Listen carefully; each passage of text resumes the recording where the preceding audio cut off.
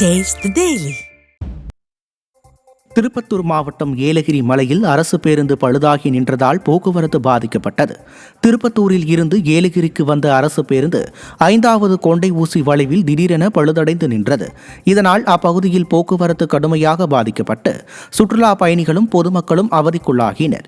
ஸ்டாலின் ஆட்சி பொறுப்பேற்றது முதல் அரசு பேருந்துகளை பராமரிக்காததால் அரசு பேருந்துகள் ஆங்காங்கே பழுதடைந்து நிற்பது வாடிக்கையாகிவிட்டதாக மக்கள் குற்றம் சாட்டுகின்றனர்.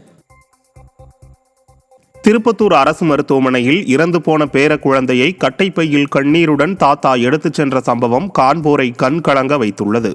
திருப்பத்தூர் அரசு மருத்துவமனையில் தீவிர சிகிச்சை பிரிவிலிருந்து பிறந்த 5 நாட்களேயான பச்சிளம் குழந்தை உயிரிழந்து விட்டதாக அறிவிக்கப்பட்டது.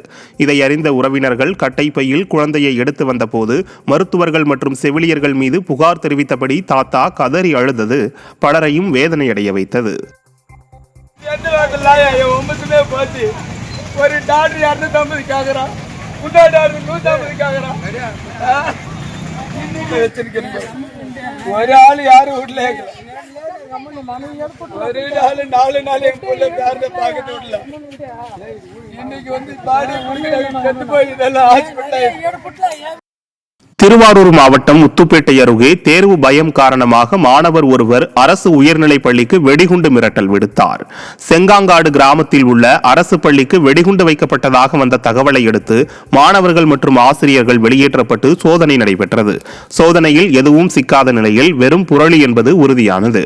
பின்னர் நடத்தப்பட்ட விசாரணையில் இதே பள்ளியில் படிக்கும் மாணவர் ஒருவர் தேர்வுக்கு பயந்து வெடிகுண்டு மிரட்டல் விடுத்தது தெரியவந்துள்ளது. அரியலூர் மாவட்டத்தை வறட்சி மாவட்டமாக அறிவிக்க கோரி ஆட்சியர் அலுவலகம் முன்பு தமிழக ஏரி மற்றும் ஆற்றுப்பாசன விவசாய சங்கத்தினர் ஆர்ப்பாட்டத்தில் ஈடுபட்டனர்.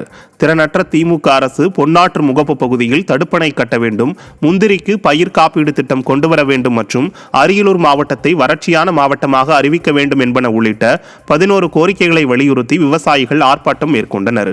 இதைத் தொடர்ந்து ஆட்சியரிடம் இது குறித்த கோரிக்கை மனுவையும் விவசாயிகள் அளித்தனர். செங்கல்பட்டு மாவட்டம் மறைமலை நகரில் ரயில்வே மேம்பாலம் அமைவதற்கு எதிர்ப்பு தெரிவித்து 150க்கும் மேற்பட்ட மாற்றுத்திறனாளிகள் மற்றும் பழங்குடியினர் கவன ஈர்ப்பு ஆர்ப்பாட்டத்தில் ஈடுபட்டனர். மறைமலை நகர் 14வது மற்றும் 18வது வார்டு சாமியார் கேட் பகுதியில் ரயில்வே மேம்பாலம் அமைய உள்ளதால் இந்த பகுதியில் வசிக்கும் மக்கள் வீடுகளை காலி செய்யுமாறு அதிகாரிகள் அறிவித்துள்ளனர். இதனிடையே தங்களுக்கு மாற்று இடம் வழங்குவதை உறுதி செய்ய கோரி மாற்றுத்திறனாளிகளும் பழங்குடியின மக்களும் மறைமலை நகரில் ஆர்ப்பாட்டத்தில் ஈடுபட்டனர். தங்களின் கோரிக்கைகள் நிறைவேற்றாவிட்டால் அடுத்த கட்ட போராட்டத்தை தீவிரமாக்குவோம் என்றும் மாற்றுத்திறனாளிகள் தெரிவித்தனர். மயிலாடுதுறை மாவட்டம் திரு இந்தலூரில் பள்ளி வளாகத்தில் மழைநீர் தேங்கும் அவல நிலை உள்ளது.